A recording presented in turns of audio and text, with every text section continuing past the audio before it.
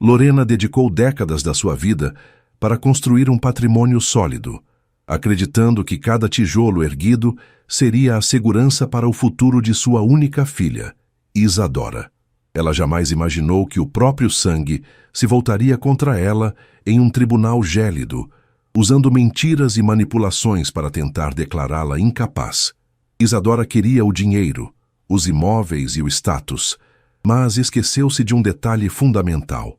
Lorena nunca foi uma mulher comum e seus bens escondiam uma natureza que a ganância de Isadora não foi capaz de prever. Quando a lista de ativos foi aberta, a ganância deu lugar ao pavor absoluto, e o juiz percebeu que a verdadeira ameaça na sala não era a mulher que tentavam interditar. Antes de começarmos essa história incrível, não se esqueça de curtir o vídeo, se inscrever no canal e contar pra gente nos comentários de onde você está ouvindo essa história. O ar-condicionado do Fórum João Mendes, no coração de São Paulo, parecia expelir um gelo que não vinha apenas das máquinas, mas das paredes impregnadas de ressentimento e processos mofados. Eu estava sentada naquele banco de madeira envernizada, sentindo o peso do meu blazer de linho sobre os ombros, uma peça que comprei em uma liquidação há 10 anos e que ainda parecia nova. Minhas mãos, no entanto, não podiam esconder a verdade. Elas estavam entrelaçadas no colo e cada vinco na pele, cada mancha senil que começava a aparecer, contava a história de uma mulher que nunca teve medo do trabalho pesado. O cheiro de café barato misturado com o odor de lustramóveis me dava náuseas. À minha direita, a poucos metros, mas a um abismo de distância emocional, estava Isadora, minha única filha, o fruto de noites mal dormidas, de economias drásticas e de um amor que eu acreditava ser incondicional.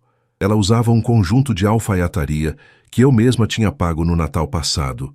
O rosto, impecavelmente maquiado, não demonstrava um traço de hesitação.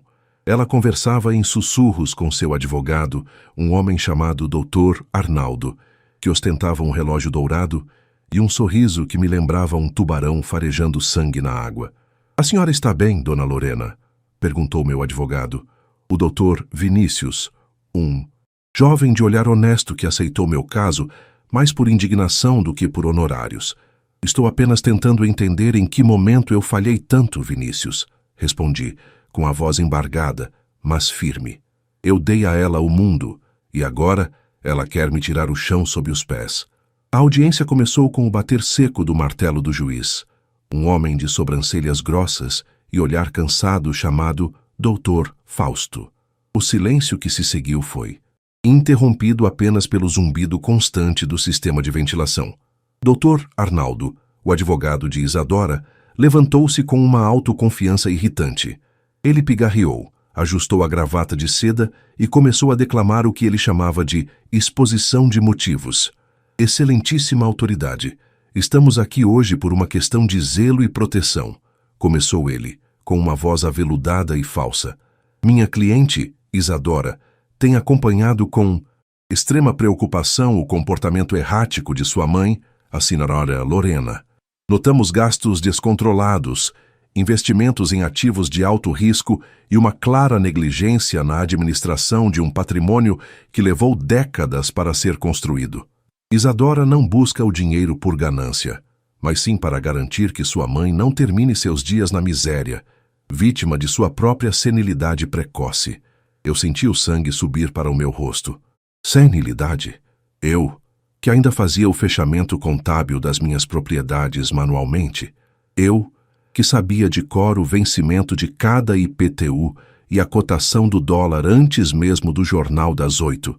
Isadora se encolheu na cadeira, fingindo enxugar uma lágrima inexistente com um lenço de papel. A encenação era digna de uma novela das 9. Ela sabia exatamente como manipular a percepção de quem olhava de fora. Para o mundo, ela era a filha, devotada tentando salvar a mãe de si mesma. "Mentira", sussurrei para mim mesma, mas o Dr. Vinícius colocou a mão sobre o meu braço, pedindo calma. "Lorena, por favor", disse o juiz, sem tirar os olhos dos papéis. "O advogado tem a palavra. Prossiga, Dr. Arnaldo." "Como prova dessa irresponsabilidade", continuou o tubarão, Anexamos os extratos das contas correntes, onde constam transferências vultosas para contas de terceiros sem qualquer lastro comercial. Além disso, a senhora Lorena insiste em manter um estilo de vida austero, quase beirando a insalubridade, enquanto possui recursos para viver com conforto. Essa desconexão com a realidade financeira é um sintoma claro de que ela não possui mais o discernimento necessário para gerir seus próprios bens.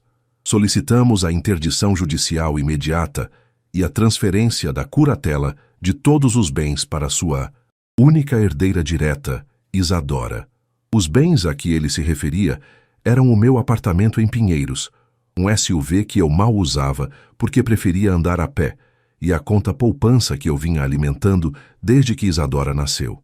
Isadora olhou para mim por cima do ombro. O olhar não era de pena, era de triunfo. Ela achava que eu era uma velha vulnerável, uma relíquia do passado que poderia ser guardada em um asilo de luxo enquanto ela desfrutava da herança antecipada. Ela queria as chaves da minha vida, o controle do meu destino. O que ela não sabia, e o que o advogado dela ignorava completamente, era que a Lorena que eles viam, a mulher simples, de roupas sóbrias e hábitos econômicos, era apenas a ponta de um iceberg monumental. Eles viam o apartamento e o carro, mas não faziam ideia do que estava registrado sob o meu CNPJ de participações, uma empresa que eu mantinha no absoluto sigilo, longe dos olhos curiosos de uma filha que sempre demonstrou ser mais interessada no preço das coisas do que no valor das pessoas. O juiz então se virou para o Dr. Orvinícius. A defesa deseja se manifestar antes que eu analise a lista detalhada de ativos e passivos. Vinícius se levantou. Ele não tinha o relógio de ouro do adversário, mas tinha a verdade ao seu lado. Excelência, a senhora. Lorena não apenas é perfeitamente capaz, como é a mente por trás de uma estrutura financeira muito mais complexa do que a apresentada pela requerente. Isadora alega que a mãe é negligente porque não entende a magnitude do que está tentando roubar. Nós trouxemos a lista completa e atualizada de todos os ativos vinculados ao CPF e aos CNPJs de controle da minha cliente. Pedimos que o senhor analise com atenção, especialmente os registros da última década. Isadora soltou uma risadinha abafada. O advogado dela sorriu para o teto, como se estivesse assistindo a uma tentativa desesperada e patética de defesa. Eles achavam que o complexo seria apenas mais algumas dívidas ou, no máximo, uma casa de praia caindo aos pedaços que eu nunca tinha mencionado. O oficial de justiça entregou uma pasta de couro preta ao Dr. Fausto. O juiz abriu a pasta com um desdém visível, pronto para encerrar. Aquela audiência fastidiosa e ir almoçar. O silêncio na sala se tornou absoluto. Só se ouvia o barulho das folhas sendo viradas. 1, 2, 3 páginas. De repente, o ritmo das mãos do juiz mudou. Ele parou de folhear rapidamente. Seus olhos se arregalaram. Ele ajustou os óculos e aproximou o rosto do papel, como se não acreditasse no que estava lendo. Ele olhou para mim, depois para Isadora e então voltou para a lista. O suor começou a brotar em sua testa, apesar do frio do ar-condicionado. "Mas o que é isso?" murmurou o juiz, a voz falhando pela primeira vez. Ele virou para a última página, onde constavam os selos de autenticação do Banco Central e os registros de custódia internacional. O rosto do doutor do Fausto ficou pálido, um tom de branco que contrastava com o couro da sua cadeira. Ele se levantou tão rapidamente que a cadeira quase tombou para trás. "Parem imediatamente!" gritou ele, sua voz ecoando pelas paredes do tribunal. "Doutor Arnaldo, afaste-se da mesa. Agora!" O advogado de Isadora ficou paralisado, a mão ainda estendida em direção ao juiz. Isadora franziu a testa, confusa, mas ainda mantendo aquela máscara de arrogância. "O que foi, meritíssimo? É algum erro nos extratos da minha mãe?" perguntou ela, com uma voz afetada. O juiz não respondeu a ela. Ele olhou para o fundo da sala, para os 2 policiais militares que faziam a guarda da porta. "Segurança! Chamem reforço agora mesmo. Cerquem as saídas. Ninguém sai desta sala até que eu dê a ordem." O pânico começou a se instalar. O doutor Arnaldo tentou falar, mas o juiz o calou com um gesto violento. Isadora se levantou, a respiração curta. Mãe, o que você fez? Ela sibilou para mim, os olhos cheios de um medo súbito. Eu apenas a encarei de... volta. Por trás da máscara de mãe sofrida, havia uma estrategista que esperou 20 anos por este exato momento.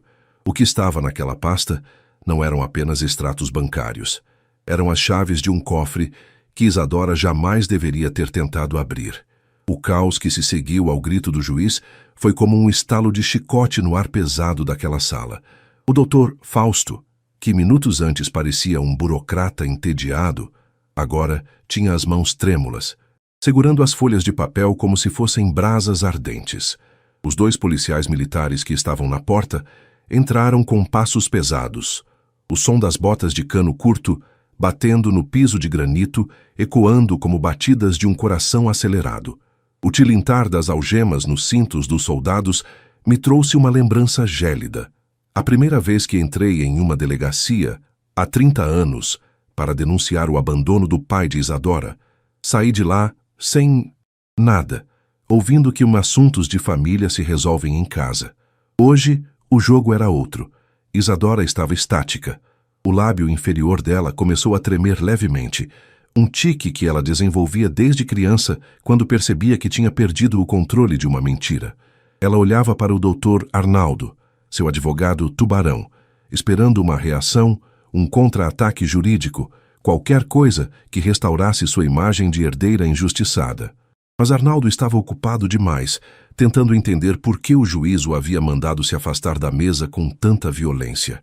Excelência, eu não compreendo.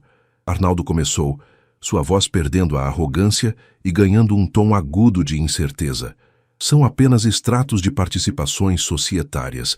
Minha cliente tem o direito de saber a extensão do patrimônio que ela, por lei, deve administrar dada a incapacidade da genitora. Cale a boca, doutor. O doutor Fausto rugiu, batendo a palma da mão na mesa com tanta força que o copo de água ao seu lado quase tombou. O senhor tem noção do que está escrito nestes anexos? O senhor leu o que sua cliente anexou ao processo como prova de má gestão. Eu permaneci sentada, com a coluna ereta, sentindo o perfume suave do meu próprio hidratante de lavanda, um cheiro que sempre me acalmava nos momentos de crise.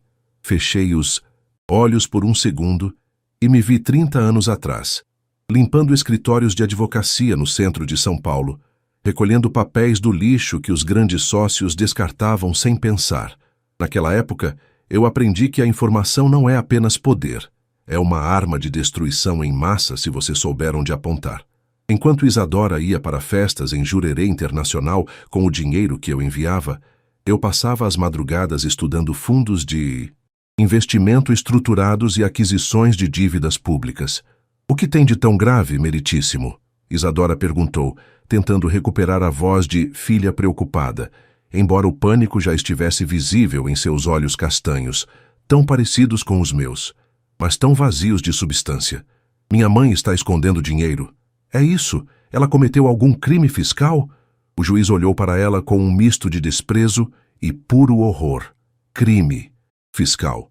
Menina, você não faz ideia da caixa de Pandora que abriu.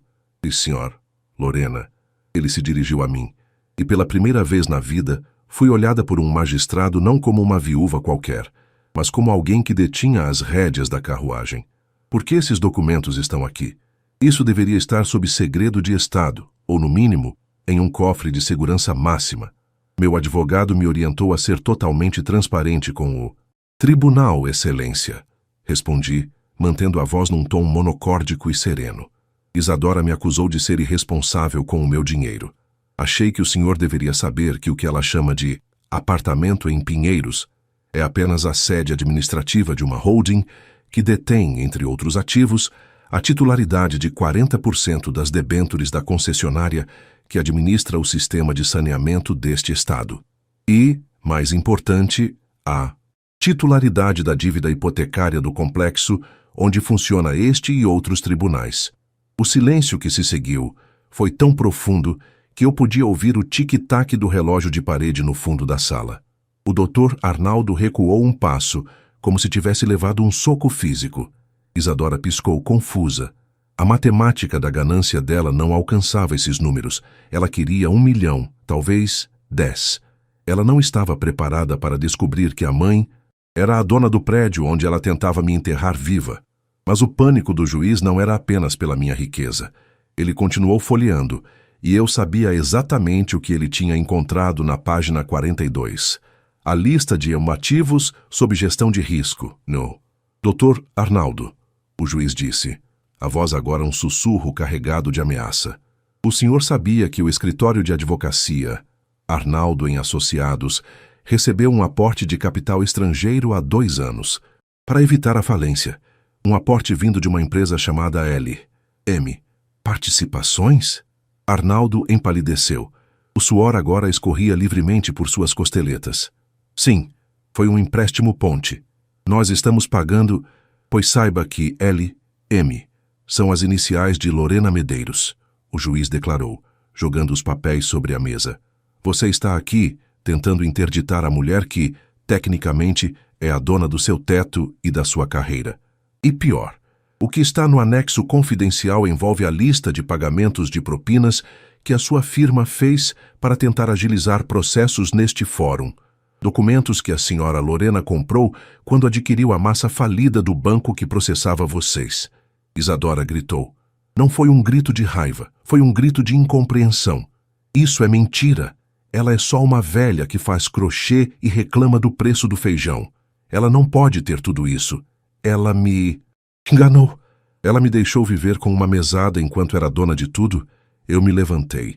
Meus joelhos não estalaram. Eu me sentia mais jovem do que nunca. Caminhei devagar até onde ela estava. Isadora tentou se afastar, mas os policiais militares, seguindo a ordem implícita do juiz de manter a segurança, fecharam o cerco. Eu não te enganei, Isadora. Eu disse, cada palavra saindo como uma sentença. Eu te dei o que você podia. Carregar. Mas você é pequena demais para o meu mundo. Você tentou usar a lei para me roubar, mas esqueceu que eu ajudei a escrever as notas de rodapé dessa mesma lei enquanto você gastava o meu suor em shoppings. Chamem o Ministério Público e o GAECO, ordenou o doutor Fausto para o escrivã, que digitava freneticamente com os olhos arregalados. Senhora Lorena, eu preciso que a senhora me acompanhe até o meu gabinete. Agora, doutor Arnaldo. O senhor está detido preventivamente por tentativa de fraude processual e suspeita de corrupção ativa, baseada nas evidências que acabaram de ser anexadas por sua própria cliente. Isadora começou a soluçar, um choro histérico e feio. Mãe, por favor, eu sou sua filha. Eu só queria segurança para nós duas. O Arnaldo disse que era o melhor caminho. Segurança, Isadora. Olhei para ela e não senti ódio. Senti apenas o vazio de uma missão cumprida. A segurança acabou de chegar para você, mas ela veste farda e não aceita cartões de crédito. Enquanto o juiz me conduzia para a sala reservada, vi pelo canto do olho Isadora ser escoltada para o fundo da sala. O advogado dela já estava sendo algemado, o brilho do relógio dourado agora contrastando com o aço frio das pulseiras de ferro. O tribunal, que deveria ter sido o meu túmulo social, tornou-se o palco da minha maior vitória. Mas o que o juiz e Isadora ainda não sabiam era que o conteúdo daquela pasta era apenas o primeiro volume. O verdadeiro motivo de eu ter deixado esse processo chegar tão longe estava prestes a ser revelado na privacidade do gabinete. A sala do gabinete do Dr. Fausto era o oposto do tribunal barulhento que deixamos para trás. O silêncio ali era denso, quase sólido, quebrado apenas pelo som rítmico de um relógio de pêndulo, antigo que parecia contar os segundos de uma vida que Isadora jamais conheceria. O cheiro de livros encadernados em couro e café recém-passado, aquele aroma tipicamente brasileiro que permeia as repartições públicas de prestígio, preenchia o ambiente. O juiz sentou-se atrás de sua pesada escrivaninha de jacarandá, soltando um suspiro que carregava o peso de uma carreira inteira, confrontada por uma revelação sem precedentes. Ele me ofereceu uma cadeira com um gesto trêmulo, enquanto mantinha a pasta preta à sua frente, como se ela fosse um dispositivo explosivo prestes a detonar. Senhora Lorena, Ele começou, a voz agora baixa, despojada da autoridade teatral do plenário. Eu estou neste fórum há 25 anos. Já vi disputas de herança que destruíram famílias inteiras por causa de alguns hectares de terra ou joias de família.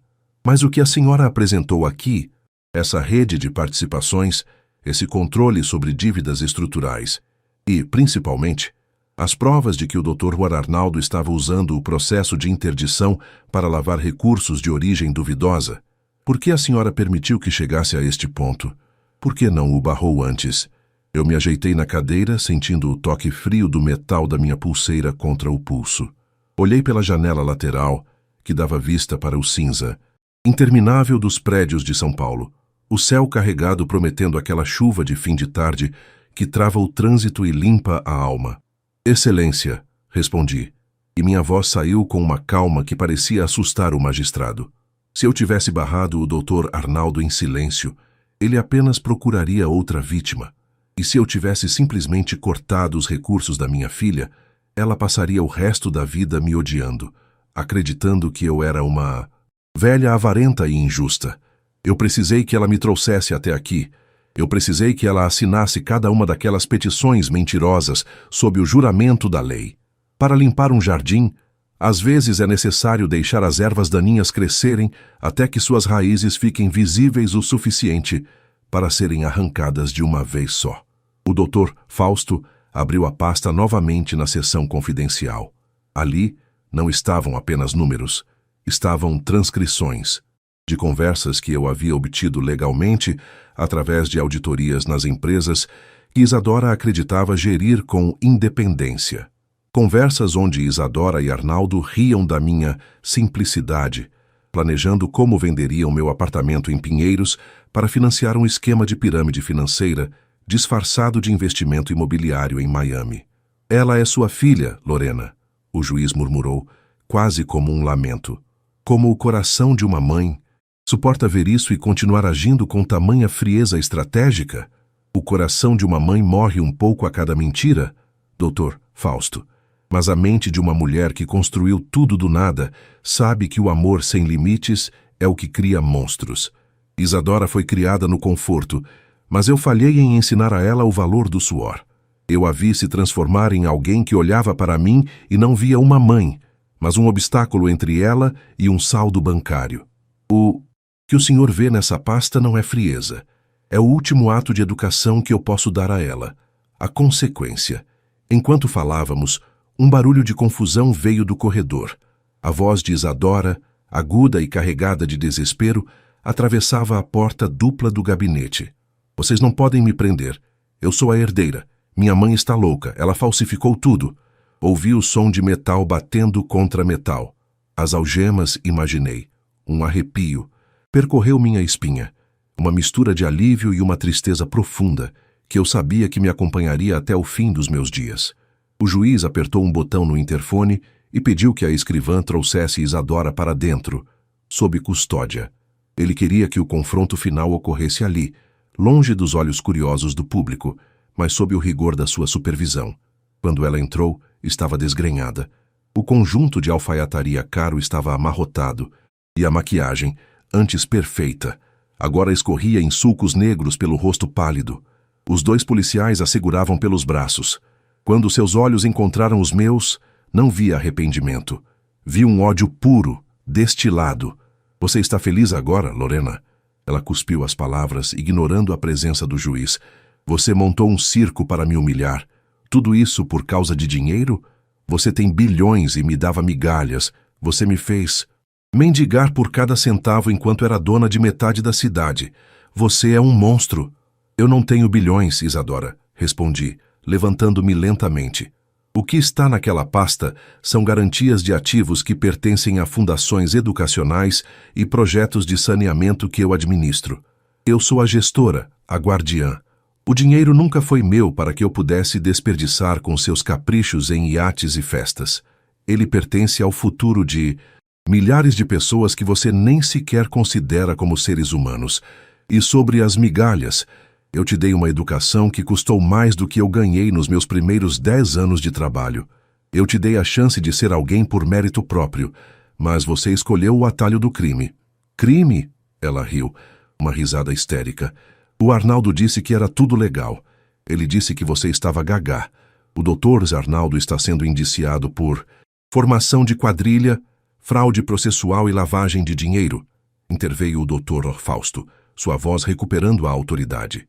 E as evidências indicam que você, Isadora, foi coautora consciente em pelo menos 3 tentativas de desvio de fundos de pensão sob custódia da empresa da sua mãe. Você não está aqui por causa de uma briga de família. Você está aqui porque tentou usar o poder judiciário para consumar um roubo de proporções federais. Isadora vacilou. Suas pernas fraquejaram e os policiais tiveram que sustentá-la. A realidade finalmente parecia ter perfurado a bolha de arrogância em que ela vivia. Ela olhou para o juiz, depois para a pasta e finalmente para mim. Pela primeira vez, vi a Isadora de 5 anos de idade, aquela que chorava quando perdia um brinquedo. Mas dessa vez o brinquedo era a sua liberdade. Mãe, ela começou, a voz falhando, tentando usar. O último recurso, a manipulação emocional. Por favor, você não vai deixar eles me levarem. Eu faço o que você quiser. Eu peço desculpas.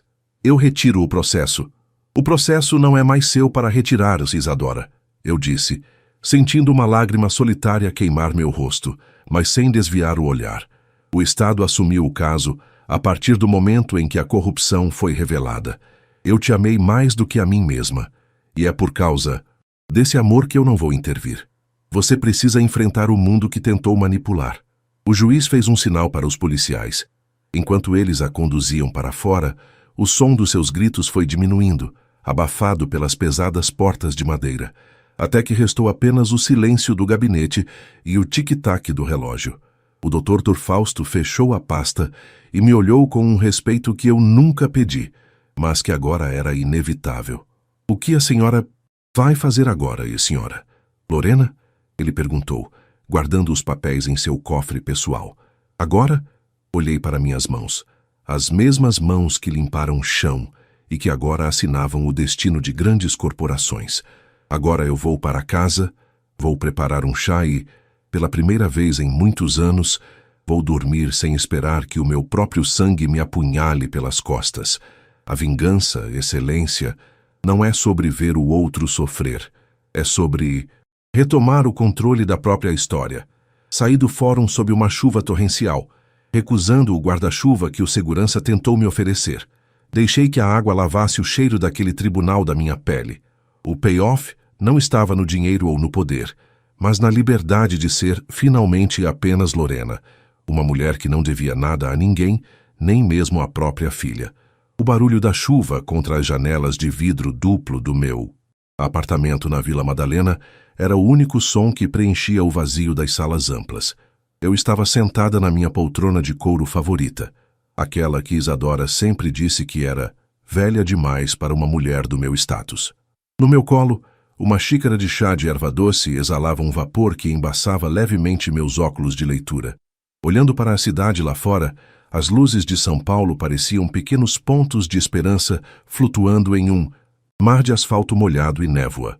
O silêncio, que antes me parecia uma companhia acolhedora, agora tinha um peso diferente.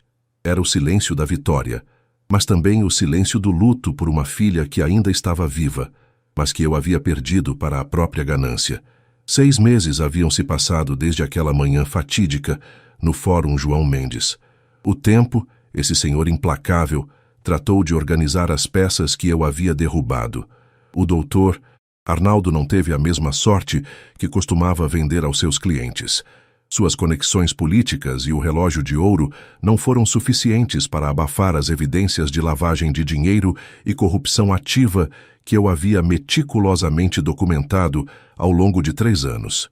Ele agora aguardava o julgamento em uma cela comum, e os rumores nos corredores do judiciário eram de que ele estava tentando um acordo de delação premiada, desesperado para salvar a própria pele, mesmo que isso significasse afundar Isadora ainda mais. Isadora.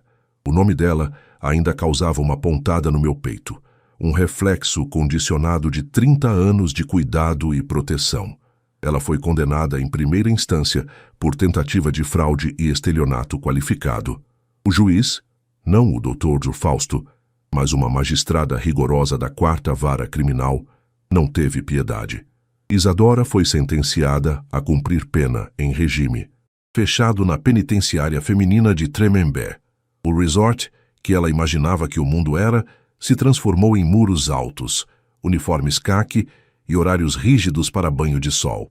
Decidi visitá-la uma última vez antes de encerrar esse capítulo da minha vida de forma definitiva. O trajeto até Tremembé foi marcado pelo cheiro de asfalto da rodovia Ayrton Senna e pela visão das copas das árvores que passavam rápidas pela janela do carro. Eu não fui no meu SUV. Pedi que meu motorista usasse um carro discreto. Eu não queria ostentação. Eu queria apenas a verdade. O presídio tinha um cheiro onipresente de desinfetante barato e comida industrializada, um odor que grudava na garganta. Quando Isadora apareceu do outro lado do vidro reforçado do parlatório, meu coração fraquejou por 1 milésimo de segundo. Ela estava magra. O rosto, sem as camadas de maquiagem importada, revelava as olheiras profundas de quem não dormia há meses.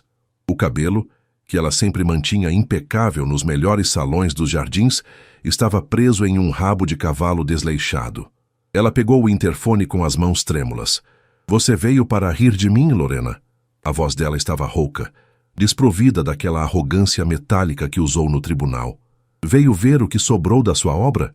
Eu vim ver minha filha, respondi, mantendo a voz baixa e firme, sentindo o suor frio nas palmas das minhas mãos.